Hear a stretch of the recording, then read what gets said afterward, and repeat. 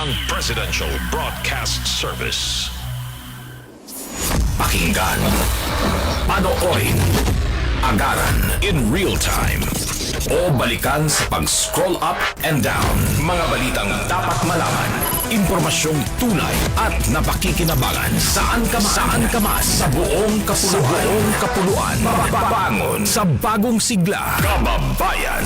Kasama ang social media. Powered broadcaster ng bagong mamamayan. Tapat sa pag-uulat. Ito po ang Presidential Broadcast Service Sa Metro Manila, Radyo Pilipinas 1, 738 AM. Ang oras, 4 na minuto, makalipas ang alas 9. Ang mga latest, ang mga trending. Ano na ba ang mga happenings? Usap-usapan. Siksik sa kwentuhang magaan at masiglang talakayan ng mga paksang siguradong inyong kawiwilihan. Bawat usapin, makabuluhan. Kaya people of all ages, kasali kayo sa Usap-usapan. Kasama si Ben Blones sa Radyo Pilipinas 738 AM at Radyo Pilipinas World Service.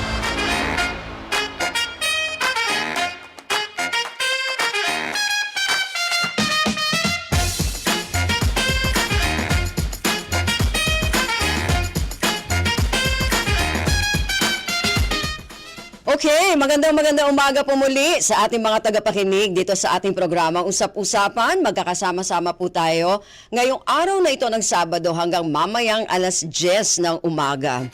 Ako pa rin po ang inyong mga kasama, Ven Blones, at syempre napapakinggan po tayo sa ating himpilan sa 738 kHz sa inyong mga radyo sa AM band. At syempre napapanood din po tayo sa ating FB live streaming ng Radyo Pilipinas o RP1. Napapakinggan din po tayo sa ating overseas radio, ang Radyo Pilipinas World Service. At mapapanood din po tayo sa ating FB page ng Radyo Pilipinas World Service.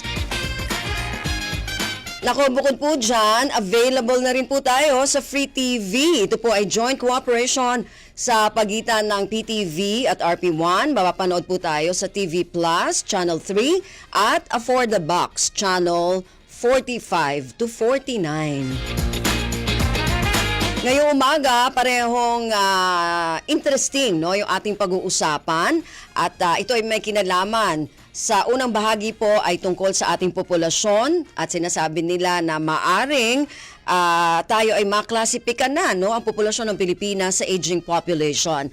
Samantala sa second half po ng ating programa, pag-uusapan naman natin dahil ngayon po ay bagong taon. Ako, usong-uso na naman po yung mga Lucky Charms, no, yung mga pamahiin pagka ganitong nagpapalit na ng taon, 'di ba? At saka yung mga feng shui, 'di ba? O yung mga kung ano-ano na ginagawa natin para pampaswerte daw sa ating buhay. So, aalamin natin mamaya saan ba nag-originate, paano nagsimula ito at bakit nag-proliferate o bakit ito patuloy na dumadami ang naniniwala. Okay, so ready na. Ready na via phone ang una nating guest mula sa Commission on Population and Development o CPD, si Ginoong Lolito Tacardon, Deputy Executive Director. Sir, magandang umaga po. Magandang umaga po sa inyo, ma'am, at sa inyong mga taga-pakinig at sumusubaybay sa inyong programa. Okay. Sir, naku, ang una nating itatanong, dahil dun po sa isang panayam, nabanggit po ni Undersecretary Lisa Bersales na by 2030, sabi niya ay maaring ang ating populasyon ay maklasipika bilang aging population. So una-una, gusto muna nating ipaalam dun sa mga nakikinig sa atin at nanonood sa ating live streaming ngayon. Ano ba ibig sabihin nito at paano ba tayo nakaklasipika bilang isang aging population? Opo, sa international po kasi concept, ang isang bansa ay makakategorya na isang aging population kung ang kanyang kung ang bahagdan po ng 65 years old and above ay nasa 7% na po siya or more. And kapag ang kanyang senior citizen, for example, ay 60 and above, ay 10% na po. Base po kasi sa ating datos nung 2020 latest census po natin, nasa 5.4% na po ang bahagdan ng ating 65 years old and above, while yung ating senior citizen nasa 8.5% na po siya. So medyo malapit-lapit na po doon sa threshold okay. sa aging population. Ulitin ko lang po, Sir Lolito. So yung sabi nyo, yung 65 pataas, And above. ay 5%. 7%. 7%. 7%. Nitong anong year po yon, sir? Ay, yung what I'm saying is yung pag sinabi mo kung consider na nasa aging population, kung 7% na yung population ng 65 and above. Pero tayo po sa Pilipinas, noong 2020, nasa 5.4% na po Okay. yung 65 and above. Ayun, nung 2020, nasa 5.4% na tayo. Oo, Yes, kaya ma'am. medyo malapit-lapit na kasi 2020, di ba, every 5 years kasi nagsasagawa ng statistika ang PSA, di po ba? Opo, tama po kayo, ma'am. Okay, so nung 2020, 5.4%, yung 65 and above. Opo. Okay. Yung mas matanda pa po dyan sa, kumbaga, ayun na nga, 65 and above. Pero yung, ano po yung isa sa sa tingin po ninyo ay nagiging dahilan nitong pagdami ng mga nasa ganoong edad, Sir Lolito? Oo, pang primary factor po dyan is yung longer lifespan. Mahaba po yung life expectancy ng ating mga kababayan. Mga nag-i-increase po siya in a way because of health systems and probably more accessible health services and more improved nutritional status in general ng ating mga kababayan. Kaya nagkakaroon po ng mas mahabang lifespan. Pangalawa po is demographically, yung composition po kasi ng ating population is yung age group po natin, may mga bata, may mga working age population at saka yung older person. Yung po kasing pag tinitingnan po natin yung age composition po ng ating population, yung pong proportion po ng 0 to 14 ay bumababa po. No? So, na po yung mga young dependents po natin. While at the same time, tumataas po yung proportion ng working age population natin and yung nga po, steadily increasing din po yung older. Medyo dahil nga nagdi-decrease po yung sa 0 to 14, yung population base po natin, lumalaki din po doon sa yung proportion po ng older population. Yung mga tumatanda na, no? Yun yung nagiging mas dumadami. So, ano sa tingin mo, Sir Lolito, nung 2020, 5.4% tayo by 2025, kung kailan magkakaroon ulit ng sasagawa ng statistics ay mga gaano na yung ating porsyento ng mga nakatatanda o yung 65 and above? Opo, pinag-aaralan, inoobserban lang po natin yung trend po niyan. Pero kasi po meron din po tayong dapat i-factor in dun sa population growth rate po natin dahil during the pandemic, nakitaan po natin yung medyo unusual pattern ng ating population growth rate because yung po kasi ating population growth rate ay na-influensyahan po ng tatlong demographic event na tinatawag po natin. Una, yung birth, yung mga pinapanganak. Pangalawa po yung pagkamatay or death. And lastly po yung migration, yung paglipat at pagano ng mga population. And during the pandemic, meron po tayo nitala na obviously yun sa death, medyo unusual po yung trend po doon. So and then we also notice na medyo may erratic trend din po when it comes to births. Medyo nagbawas din po ng live births during the pandemic. So tinitignan po natin medyo kailangan i-factor in po to pag in-estimate po natin yung population growth rate. So that's why we are waiting for the official na release po ng projection po ng PSA taking into account this mga intervening factors nga. Oo. Isa dun sa mga intervening factors na sinasabi ninyo, Sir Lolito, no? Kasi sinasabi nila maari daw na isa sa mga dahilan nung bakit nagkakaroon pagbagal ng paglaki ng ating populasyon dito sa Pilipinas dahil daw po doon sa behavior ng ating mga kababaihan o yung tinatawag nila yung intention, yung fertility intention. Sa tingin nyo, itong women empowerment na to nakakaapekto din? Yes ma'am, we do agree na malaking bagay po yun. No? Kasi yung fertility intention ay sabi nga natin has to be based doon sa option and preference po ng mga kababaihan. Sali na naman po yung nanganganak. And we are looking at mga patterns po ng mga delayed marriage, for example, increasing contraceptive use, and yung more engagement in other non-fertility activities, such as trabaho, mga leisure. Lalo na po sa young generations po ngayon, medyo anecdotically, medyo nakikitaan po natin yung preference nila to delay marriage talaga. Oo, yung iba, mga fur babies na lang yung gusto nila. Totoo po ito. Oo, pero Sir Lolito, nabanggit nyo kanina, no, yung mga contraceptives na yan. Kasi dati nga, ang ginagawa natin, dahil lumolobo naman yung populasyon natin, nagkaroon naman tayo ng mga ganyan, no, yung pagsusulong ng gobyerno natin para mapigilan yung ating populasyon. Like yun nga, yung contraceptives, yung family planning. So, ngayon na nakikita naman natin na ganito, na nagiging, kumbaga, nalalagay na tayo sa aging population. Anong gagawin natin dun sa mga proyekto na yun? Kaya, sir?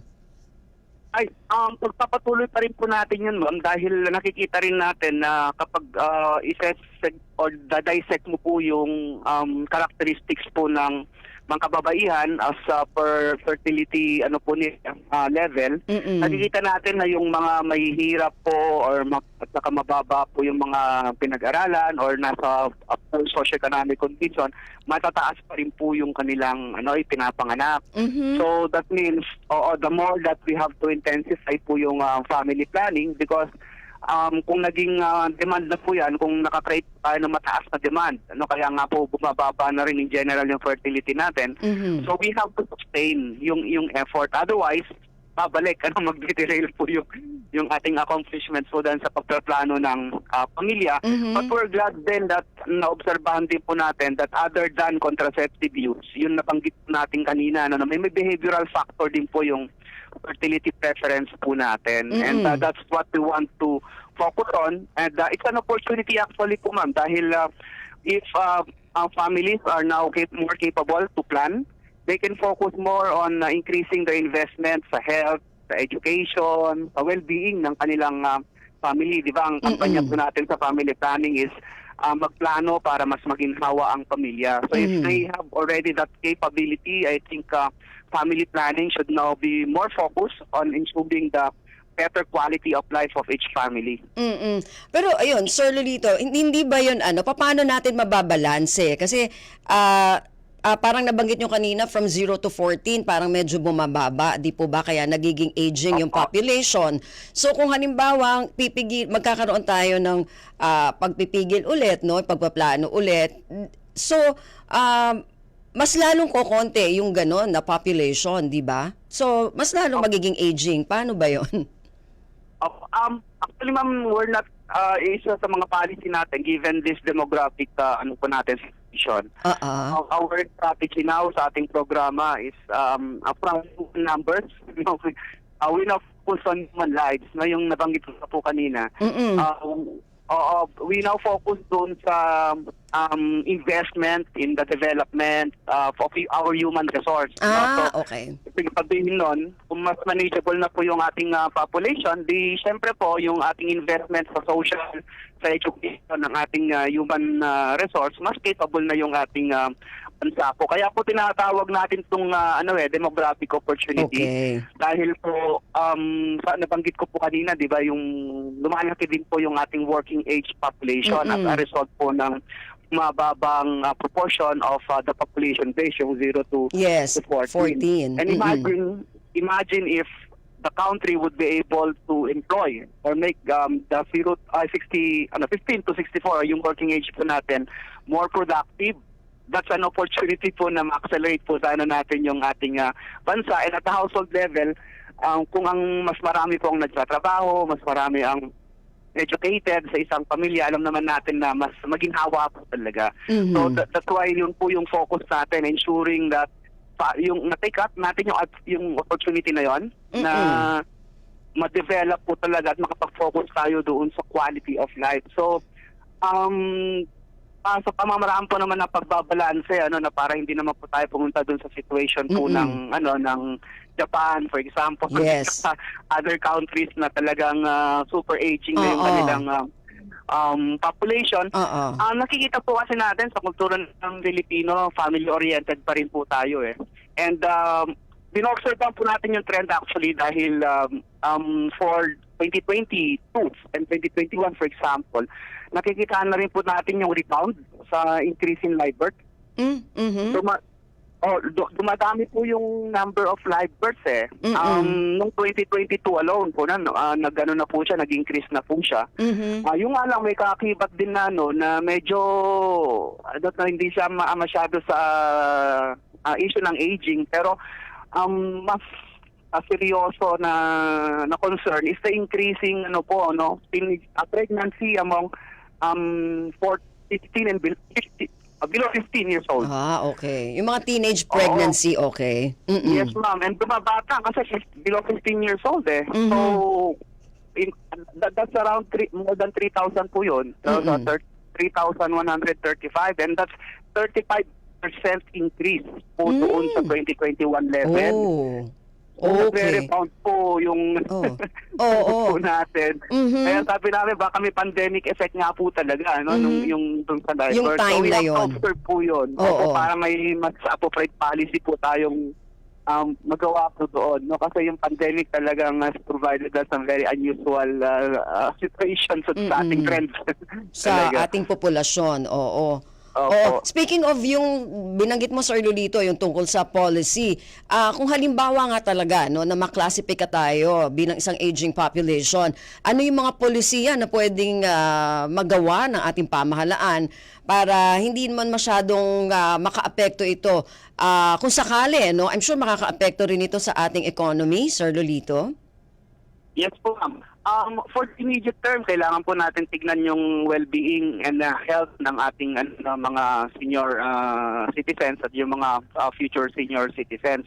But ang ating strategy po yan is we approach it in through what we call yung life cycle approach, intergenerational approach. Ang narrative po na gusto nating mangyari is dapat malusog ang pagbubuntis at dapat by choice ng pamilya. At kapag pinanganak po yan, ay dapat healthy po yung nanay at healthy po yung bata, so that pag nurture po yung child, nagkakaroon ng proper nutrition, proper education, yung bata, at maiwasan yung pag pumunta po sa adolescent, maiwasan yung maagang pagbubutis and other barriers to their development, so that when they graduate, at makakapagtrabaho sila, they can accumulate savings.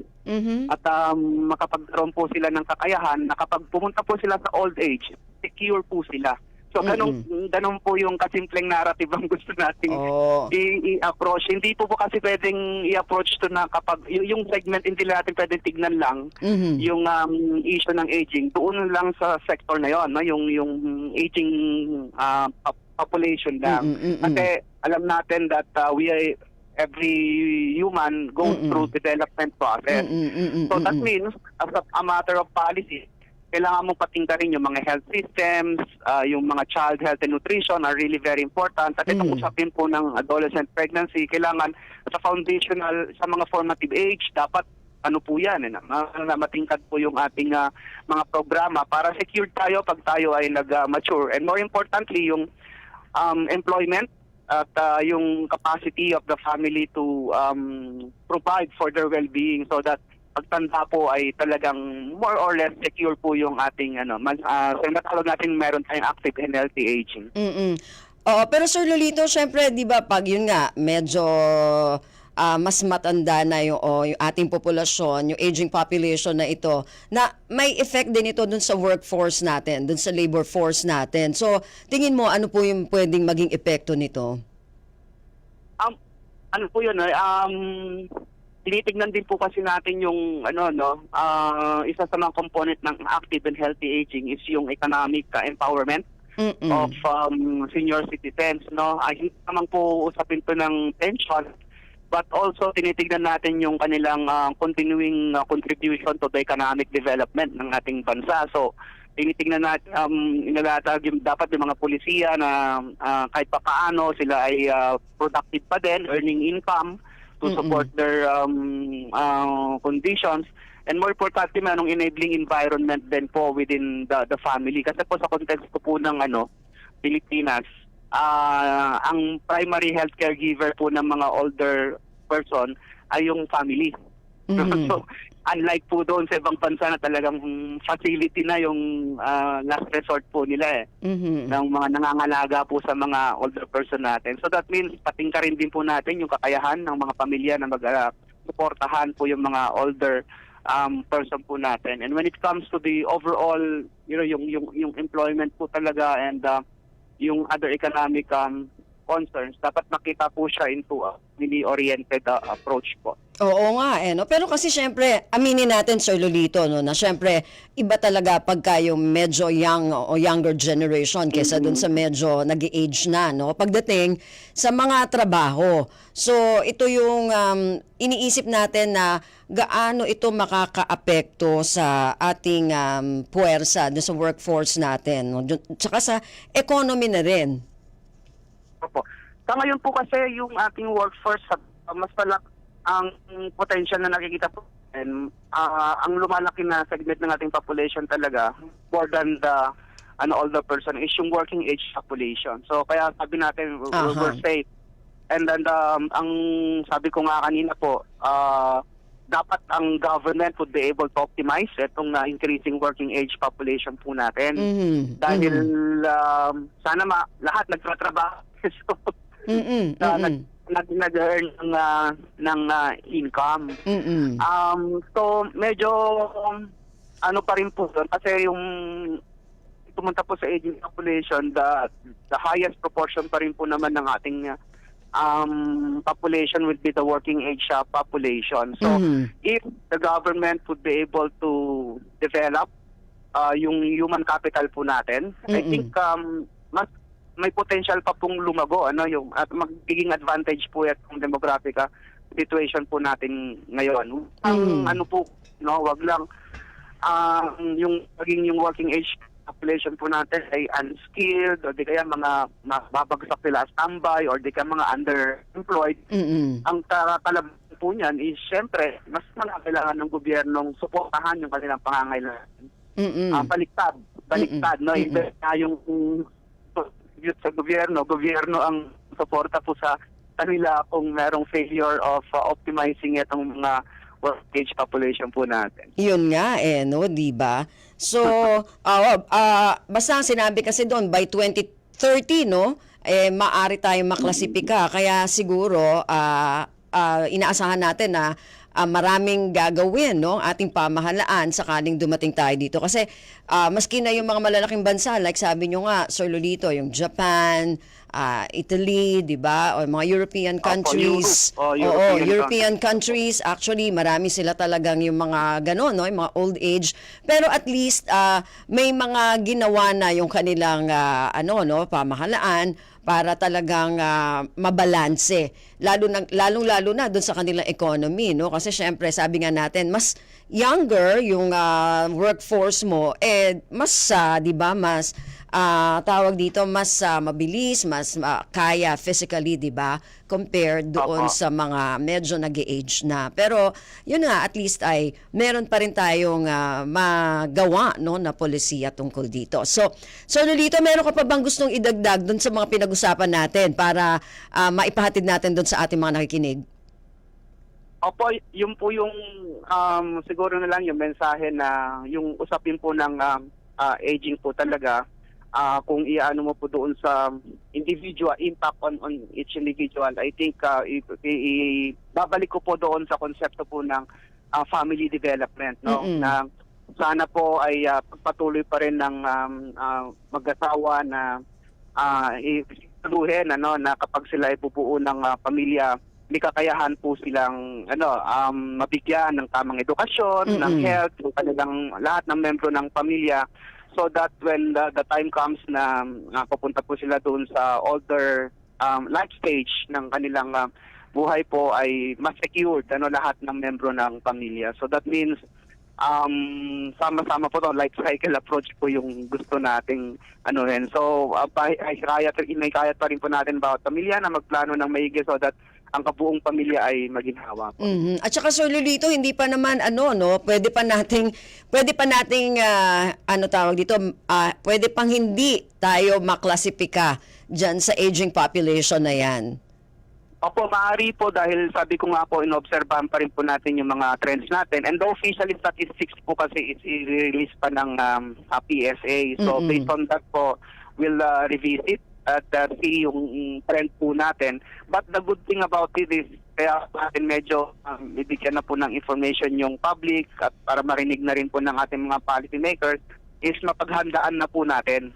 No, Yes. hindi ka pwedeng kapag nandun na tayo, tsaka na lang tayo Yun. action. Oo, Yun po tama. yung gusto. Iyon, tama. Kaya gusto nga nating pag-usapan yan dahil para at least magkaroon ng awareness, no? O kaya mabigyan ng information, lalo na nga yung ating, sabi mo nga, yung mga policy makers natin, Sir Lolito, di ba? Oh, tama po, ma'am. Para sama-sama po tayo kasi it really takes din po, whole of society approach itong issue po ng aging na to. Okay. Maraming salamat, Sir Lolito, sa oras po, ha? Oh, maraming salamat din po sa pagkakataon. Oo, marami po kaming natutunan ngayon. Thank you po, Sir Lolito. Thank you. Thank you din po, ma'am. Okay, si Sir Lolito Tacardon, Deputy Executive Director, Commission on Population and Development. Ayan, ako, talagang humahabol ang mga senior.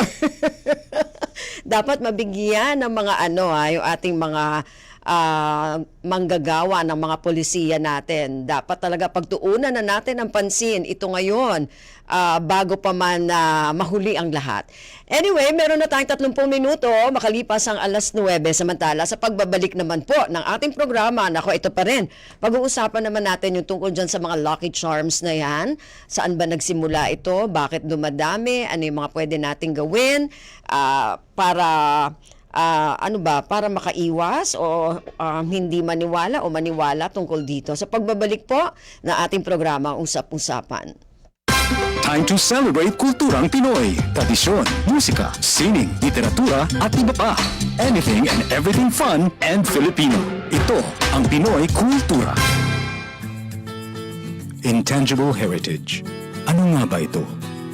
UNESCO defines it as the totality of tradition-based creations of a cultural community expressed by a group of individuals and recognized as reflecting its cultural and social identity. In the early 2000s, the organization honored the Darangan chant of the Maranao and the Hudhud chant of the Ifugao as Philippine masterpieces of oral and intangible heritage of humanity.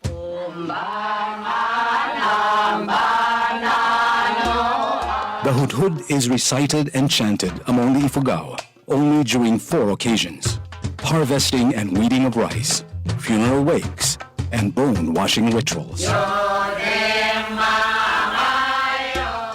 Ito ay binubuo ng 200 kwento na may 40 kabanata bawat kwento.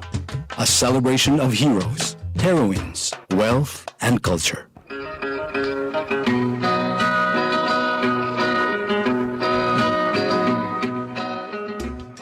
The Darangan is an epic chant associated with the Maranao. Buhay, kamatayan, paninuyo at pagmamahal ay ilan lamang sa mga kwentong napapaloob dito. Inaw nandidong warano ni anarampay na. Ang darangan ay galing sa salitang darang, which means to narrate in the form of a song or chant, and is the longest surviving epic poetry in the Philippines. Ano una poro. Yan ang Pinoy Kultura because our culture is cool. To know more about their life, work, and contributions, visit the National Commission for Culture and the Arts at ncca.gov.ph. Mahahalagang issue, maiinit na balita at talakayang alamin sa mas pinaganda, mas pinalawak, mas pinalakas. Radyo Pilipinas, 738 sa Metro Manila. Mga kwentong nakakatuwa.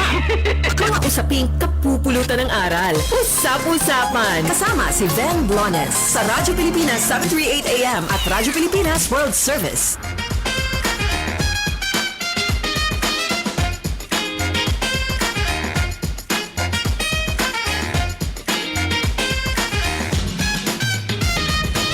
Okay, nasa second part na tayo na ating programa. Ngayon pong araw na ito, magkakasama-sama pa rin po tayo hanggang mamayang alas 10 at sa ating ikalawang bahagi, makakasama po natin mula sa University of the Philippines, Diliman, si Dr. Nestor T. Castro, Professor of Anthropology. Ayon. Good morning po, sir. Good morning din sa iyo, Ma'am Ven, at sa mga tagapakinig natin. Ayun, parang nagkausap na ba tayo before, Dr. Castro? Yes, naging guest na ako dyan sa inyong program. Oh, okay. Hindi ko na matandaan yung topic, pero live interview Oo sa studio. Oo, naalala na namin ng aming mga kasama dito. Oo. Yung tungkol sa cult, yung kulto. Tama. Ayun, Yung oo. Nako, yung mga pinag-uusapan talaga natin, Doc Nestor, talaga mga kakaiba. Anyway, Dr. Nestor, ito, ang pag-uusapan natin ngayon kasi tuwing bagong taon, marami sa ating mga kababayan, gusto nila bumili ng mga pampaswerte o kaya ay ano ba tawag dyan, magpa-feng shui sa kanilang bahay para galawin yung mga bagay-bagay, no? Yan yung ating pag-uusapan. Bakit maraming tao, Doc Nestor, ang nahihikayat na bumili nito mga Lucky Charms? O hindi lang Lucky Charms, minsan yung mga magpapahula, yun na nga, magpapaayos ng mga bahay kasi itong ganito ay hindi maganda ngayon. Yung ganitong, ano tawag dito, yung direksyon ay dapat nasa ganito, yung mga ganyan. So ano sa tingin mo, Doc Nestor? Ayaw man natin aminin, pero maraming mga Pilipino kasi hindi kontento sa kanilang pamumuhay nung nakaraang taon. So, dahil doon, naghahangad sila ng mas magandang kinabukasan itong taong 2024. At tumataya sila sa kapalaran. Tumataya sila na ay sana magbago ang landas ng aking buhay at maaring makatulong itong mga Lucky Charms na aking binibili o sinusuot para magbago ang aking buhay. So, may pinag-uugatan siya na paghahangad na maalpasan yung dating kalagayan. So, kaya yun nga, sabi mo, Doc Nestor, kaya tumataya sila. Alam naman nila, di ba, na, ewan ko kung alam nga nila, pero bakit sila doon kumakapit? Kumbaga, bakit ito nag-flourish? Bakit sila kumakapit doon? Kung sa tingin naman nila, hindi naman yun yung dapat na gawin. Hindi ko alam kung alam nga nila na hindi dapat gano'n, ano? Pero maaring may iba't ibang factors. Isa, may mga sinubukan na silang ibang pamamaraan. Madalas mong maririnig na mga istorya, nagtatrabaho naman ako ng marangal, 8 to 5, minsan nag-overtime ako, pero ganun pa rin ang aking kalagayan. O kaya, nag-ipon ako, pero nanakawan ako, ang laking kamalasan ng aking nangyari sa aking buhay. So, isang rationale ng mga tao ay may ginawa naman ako pero wala pa rin nangyayari. So, baka ito naman, this time baka mag-work. So, yun yung isa. Pero ikalawa, syempre, napapanood din nila, naririnig din nila ang ilang mga bato-bato sa langit, mga feng shui experts na sinasabing, eto, magbabago ang inyong buhay kung ganito ang susundin ninyo. At ayoko namang sabihing maraming mangmang, pero maraming napapaniwala sa mga ganito. Ang sasabihin nila, wala namang wala namang masama na mangyayari kasi mura lang naman, affordable naman din yung mga mabibili kong Lucky Charms. Saka decorative din naman yun eh. So, yun yung isang kadahilanan. Siyempre, may mga napapanood sila, may mga sabi-sabi, may mga nagpapayo pa. Uy, kumare, ako bumili ng ganito, tignan mo ko ngayon. Mas maganda na ang buhay ko ngayon. So, ito yung mga kadahilanan. So, yun na nga, Doc Nestor, no, nabanggit mo. Bakit sa iba, yun na nga, no, may iba kasi nagsasabi na, nagiging effective sa kanila. Maganda yung epekto sa kanila. Pag bumili sila ng mga ganitong charm o pag nagpaayos sila ng ganito, talagang gumaganda yung buhay at nagiging effective. So, ano sa palagay mo yung mga ganon na pangyayari? Personal kong opinion, kasi ayoko namang husgahan yung mga paniniwala ng iba. Personal kong opinion, yung una, maaring nagkataon na gumanda ang buhay tapos meron ka ring Lucky Charms. Pero yung silbi rin ng mga Lucky Charms, parang siya parang reminder, halimbawa, pulseras na Lucky Charm. At tuwing nakikita mo, ay nako, magbabago ang aking buhay, magbabago ang aking buhay. At sinasabayan mo ng gawa, sinasabayan mo ng kilos. So therefore, magbabago talaga ang iyong buhay. Ang sa aking palagay, ang hindi maganda, yung umaasa ka lang doon sa Lucky Charms at wala ka namang ginagawang kilos. Pahira-hira, hilatay ka pa rin. So, hindi talaga magbabago. O kaya may Lucky Charm ka sa love life pero hindi ka namang gumagawa ng paraan. So, paano ka magkakaroon ng love life? Diba? Yung mga ganon. Pero Doc Nestor, sa tingin mo, kasi sa tingin ko hindi naman talaga dito sa Pilipinas nag-originate yan, nagsimula sa mga ano-anuhan pa, yung mga tungkol pa sa mga Babylonia, may mga ganyan na sila na mga charm, mga sinusuot-suot na, di ba? So bilang anthropologist, saan ba talaga yan nagsimula na napunta na rin dito sa ating kultura? Mapapansin natin ang halos lahat ng kultura may ganitong konsepto, na maari mong ibahin yung tadhana ng iyong buhay. Sa katutubong kulturang Pilipino, meron din naman. Hindi naman sa walang-wala kasi meron tayong konsepto kapalaran, palad, nasa guhit ng iyong palad. Kaya nga nagpapa-palm reading yung iba, ano bang sinasabi ng aking kapalaran. So merong ganon. Pero totoo yung binanggit mo na sa Pilipinas ang laki ng impluwensya ng kulturang Chino kasi marami pupunta sa Chinatown para bumili ng mga Lucky Charms na ito. Kasi ang mga Chino talagang naniniwala rito, naniniwala sa feng shui, na kinakailangan merong certain na kaayusan para attune sa kalikasan ng ating pamumuhay. So, ang mga Pilipino kasi hiram ng iba't ibang aspeto ng kultura ng iba at nagiging parte na rin ng ating kultura. So yung tanong mo kanina, saan ba nagmumula ito? Bakit mukhang universal? Kasi universal din yung merong paghihirap, universal din yung may mga pagkasawi, universal din yung pagkakaroon ng mga problema sa buhay. Wala namang taong hindi dumanas ng ganon. At may paghahangad ang lahat ng tao na hindi, gusto kong baguhin yung aking hinaharap. Okay, so doon pala yung nagsimula. Pero Doc Nestor, like for example, yung iba, may mga siyentipiko sila na pagpapaliwanag scientific. Like for example, yun daw mga gems, yung mga stones, kapag nilagay mo yan sa sa katawan mo or dyan sa bahay mo, ay nagbibigay ng healing, parang may healing property siya, no? Yun, ano masasabi mo doon, Doc Nestor? Narinig ko na rin yung gano'n, sa katunayan. Meron akong mga kamag-anak din na nagbebenta sa akin. O isuot mo to, mga magnetic na necklace, magbabago ang iyong kalusugan. Hindi ako isang scientist ang pinag-aaralan ko ay kultura. So, iiwanan ko na yon sa mga siyentipiko kung Okay. totoo bang may scientific basis ito. Maaari, maaari naman kasi alam naman natin na naapektuhan din tayo ng mga bagay-bagay sa ating paligid. Pero yung epekto ba na yon ay direkta through those objects or more psychological? Hindi ko alam yon. Pero alam din naman natin kahit yung psychological ay napaka-importante.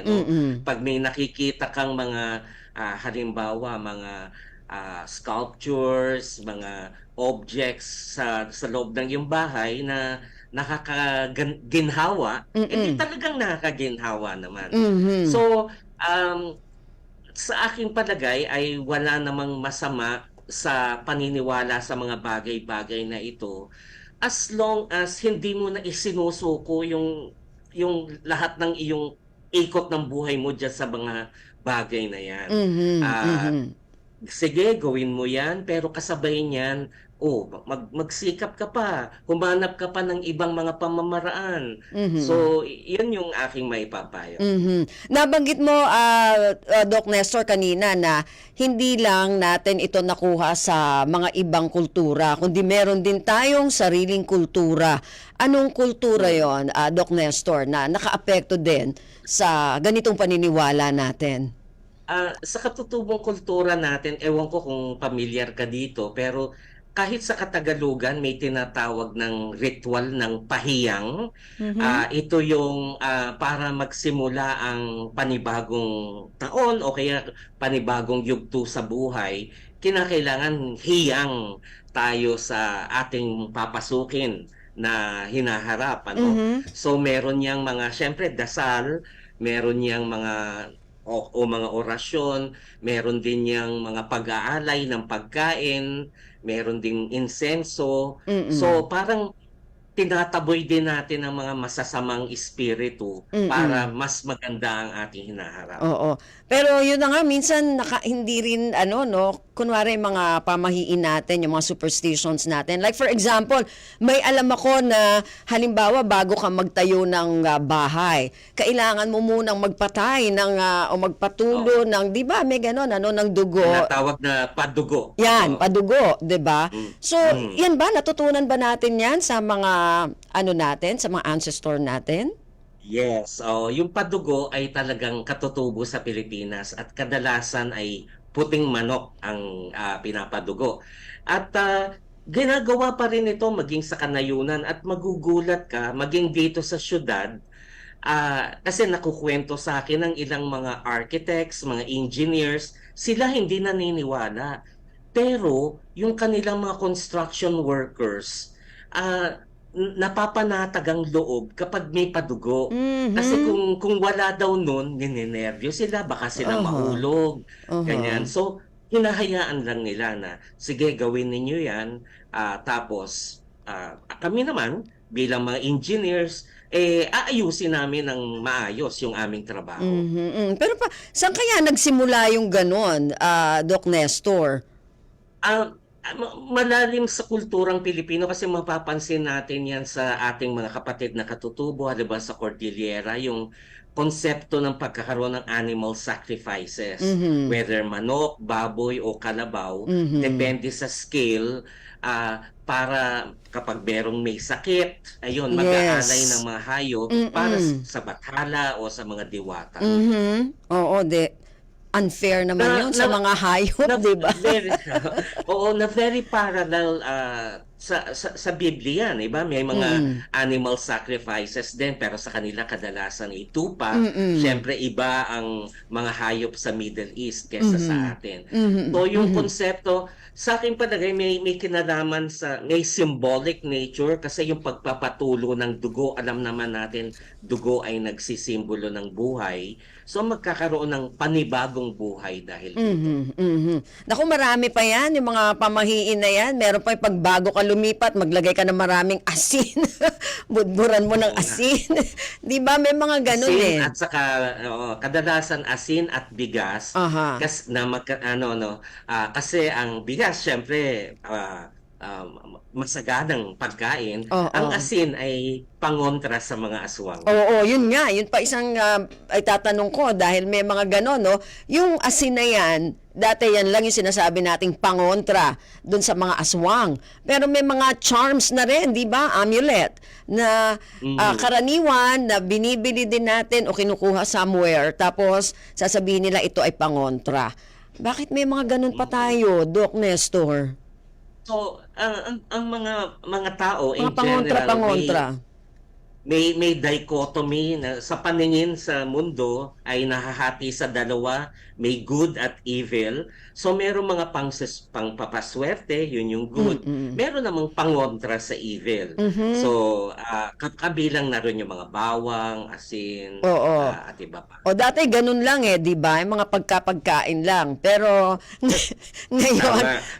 level up na Medyo tayo. high-tech na ngayon. Level up na tayo. Yung mga mga lucky Oo. mga charm din, 'di ba? Na Yung mga parang- ancestors natin, kinukuha lang yung mga charms na yan mula sa kalikasan. May tinatawag na mutya, tatapat ka sa puso ng saging, Oo. pag pumatak, makukuha mo. Pero ngayon, high-tech na. Oo. Kailangan mo nang bilhin. Oo.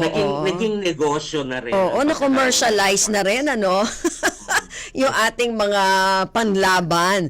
O, tama ka, Doc Nestor, dati talaga, yung mag-aantay ka, di ba, yung pagbukan ng saging, tama ba yun? Oo, Yung puso tama, ng saging, yon sabi nila, no?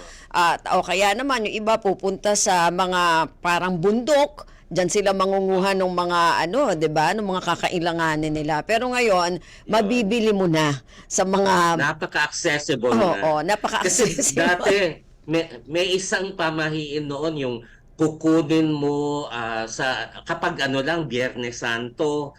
Sa ngayon, hindi. Kailangan ko na ngayon. Oo. Kailangan nang maging swerte ako ngayon. So, pupunta ka na lang sa tindahan at Oo. bibili. Punta ka na lang sa mall o kaya dyan sa bandang Binondo, 'di ba? Marami doon. At marami na rin online. Ay, oo nga Nabibili pala. na rin. Oo nga. Meron na rin nga palang Deliver na online. mismo sa bahay mo. Oo nga pala, no? May online na rin ngayon. Pero yun na nga, sabi mo, Doc Nestor, no? Bago tayo magtapos, palagay ko, nasa tao talaga yon, ano? Kung sa tingin nila ay mas comfortable sila, komportable sila, at sa tingin nila ay mas matutulungan sila nitong mga lucky charm na ito. Sa tingin mo, yun yung maganda na pananaw, opinion? Siguro respetuhan lang kasi iba-iba tayo ng paniniwala. Kasi sasabihin ng iba, halimbawa ako dahil professor ako, so may mga estudyante ako na bago mag-exam magsisimba yan dahil para daw pumasa sa exam. Sige, pwedeng nakakatulong yun, hindi dahil pinasa ka ng Diyos, kundi parang napapaalala sa'yo na dapat kang mag-review. Lumalakas ang loob mo. Hindi ka ninenervyo. So, nakakatulong yun. So, sasabihin ng mga iba, ganun din yung lucky charms. Ibang klase lang ng paniniwala. Pero dahil dito, lumalakas ang loob ko, hindi na ako ninenervyos, nakakatiyak na ako na mas magiging maayos ang buhay ko. So, hanggat hindi nakakasama sa ibang tao, Yes. okay lang yon. Pero kung mga charms na pangkulam ng iba para magkasakit ng iba, nako, yun ang no-no. Yun na nga, yun na nga yung medyo nakakatakot doon dahil may mga ganun din. Totoo ba yun, Doc Nestor, sa tingin mo, doon sa pag-aaral mo as anthropologist? May mga nakakausap ako na mga informants na naniniwala sa ganon. Ngayon, whether totoo yun o hindi, hindi ko masasabi dahil hindi naman ako talaga nag-imbestiga. Pero marami ako nakakausap na merong ganong belief. Tapos yun nga, yung mga, yung mga amulet na yan, di ba? May mga nagsasabi na pag meron silang ganun, hindi tinatamaan ng bala, di ba? Kahit ilang bala ang Totoo dumating. O, di ba yung mga ganon? Parang Pero, mapapaisip ka talaga. Totoo kaya na effective sa kanila yon na hindi sila tinatamaan ng bala? Sa tingin ko ang epekto ay tumatapang sila, Sugod sila, dahil hindi sila natatakot sa bala. Pero meron tayong empirical basis na kahit na yung mga ninuno natin, ilan sa mga katipunan, may mga anting-anting, pero may mga namatay din naman. So, merong nag-work, merong hindi nag-work. Yun nga no, hindi mo rin matansya. Bakit sa iba? Kunwari, pareho naman yung binili nyo na Lucky Charm. Di ba? Bakit yung sa kanya nag-work? Bakit yung sa akin hindi nag-work? Yan ang tanong ko, Doc Nestor. Ang sasabihin ng iba ay hindi kasi taos sa puso yung iyong paniniwala, meron ka pa rin pagdududa. O kaya hindi mo sinunod kasi yung mga halimbawa anting-anting, sinasabi nila pinapakain yun ng orasyon. So para patuloy na maging potent, patuloy mong dinadasalan. Ayun. Hindi yung one time binili mo tapos na. Tapos na. Oo nga naman. Okay. So, sige, Doc Nestor. Baka meron kang gustong ibigay na mensahe tungkol dyan sa mga Lucky Charms, sa mga pamahiin, at kung ano-ano pa tuwing dumadating ang pagsalubong natin sa bagong taon. Okay. Ulitin ko lang na ako nire-respeto ko yung iba't ibang paniniwala ng mga tao. So wala naman akong pagtutol kung gusto ninyong bumili ng mga Lucky Charms. Pero sana sabayan ng pagkilos. Huwag iasa lamang ang pagbangon ng ating kabuhayan o ng ating kalusugan mula dito sa mga Lucky Charms na ito. Oo. So may kilos, may gawa rin na kinakailangan. Okay.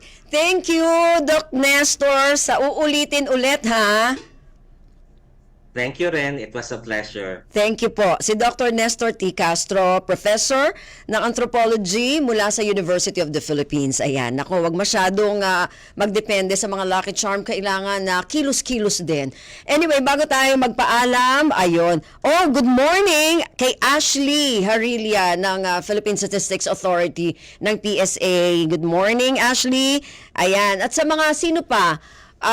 Kay Carmelita Salim, Radyo Pilipinas Iligan, Radyo Pilipinas Palawan, Radyo Pilipinas Singoog, Palsiit, Radyo Pilipinas Davao, sino pa? El Piano Bobot Mojado, John De La Cruz, Garcia, Nick Danyes.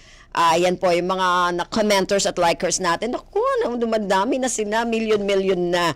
Anyway, maraming salamat po sa ating mga naging tagapakinig at tagapanood sa ating FB streaming. At maraming salamat din sa mga nakasama natin sa production side kay Erwin Peñano at kay Bea Gaza de Guzman. Sa technical side, nakasama natin sila Matet Segovia at si Rolly Bumatayo. Hanggang sa susunod na edisyon ng ating programang Usap-Usapan. Ako pong muli si Ven Blones. Magandang umaga, antabayanan, kalipunan ng mga balita sa inyo sa pamamagitan ng ating kasama na si AJ Ignacio. We know